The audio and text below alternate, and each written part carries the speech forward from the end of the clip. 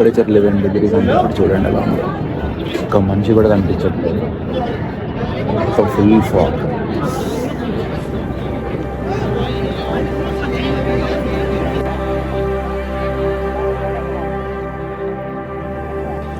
Finally నేను దేనికోసం అయితే ఆల్రెడీ బుక్ చేసుకున్న టికెట్ క్యాన్సిల్ చేసుకున్నాను, దేనికోసం అయితే కష్టపడి చాలా దూరం నడుచుకుంటూ వచ్చాను, ఆ రోజు వచ్చేసింది.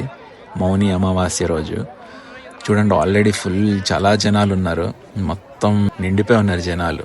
ఇప్పుడు టైం 7 అయింది, ఈ టైంకే చూడండి ఎంతోమంది జనాలు ఉన్నారు. అసలు ఇంత కూడా ఖాళీ లేదు నడవడానికి, మొత్తం ఎటు చూసినా జనాలే అన్నమాట.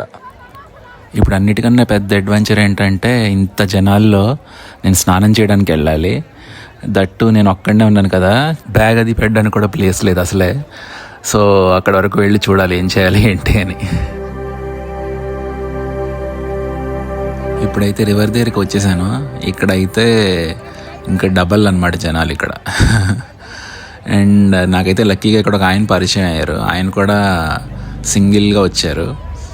సో మేమేమనుకున్నామంటే, ఫస్ట్ నేను స్నానం చేసి వస్తాను, ఆయన లగేజ్ చూస్తారు, నేను వచ్చాక ఆయన వెళ్తారు అని ఒక డీల్ మాట్లాడుకున్నాం. సో ఇప్పుడు నేను వెళ్తున్నాను అన్నమాట.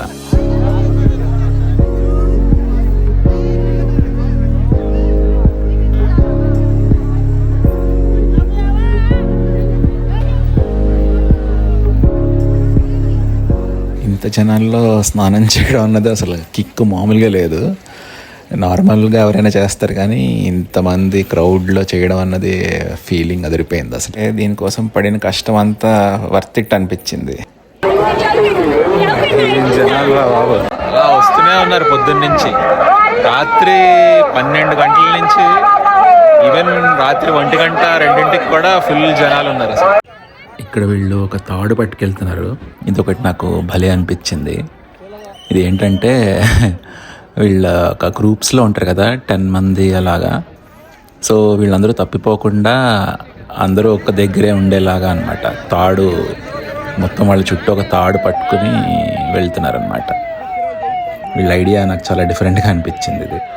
ఇది కూడా ఎవరు తప్పిపోకుండా అనమాట.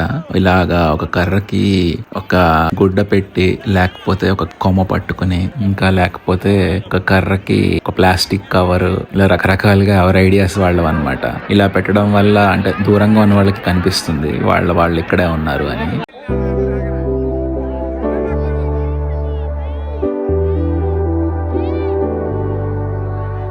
రుద్రాక్ష చెట్టుకు కాస్తుందని తెలుసు కానీ నేను ఎప్పుడు చూడలేదు, ఇదే ఫస్ట్ టైం చూస్తున్నాను. ఇక్కడ స్పెషల్ ఏంటంటే, ఇవేవో వేరే రుద్రాక్షలు అంటే డిజైన్తో ఉన్నాయి ఇవి. నేను అడిగితే మరి చెట్టుకి ఇలాగే కాస్తాయి అన్నారు, నాకైతే డౌటే మరి. ఇలా రకరకాల డిజైన్స్తో ఉన్నాయి, ఇవి న్యాచురల్గా ఇలాగే చెట్టుకు కాస్తాయని చెప్తున్నారు వీళ్ళైతే.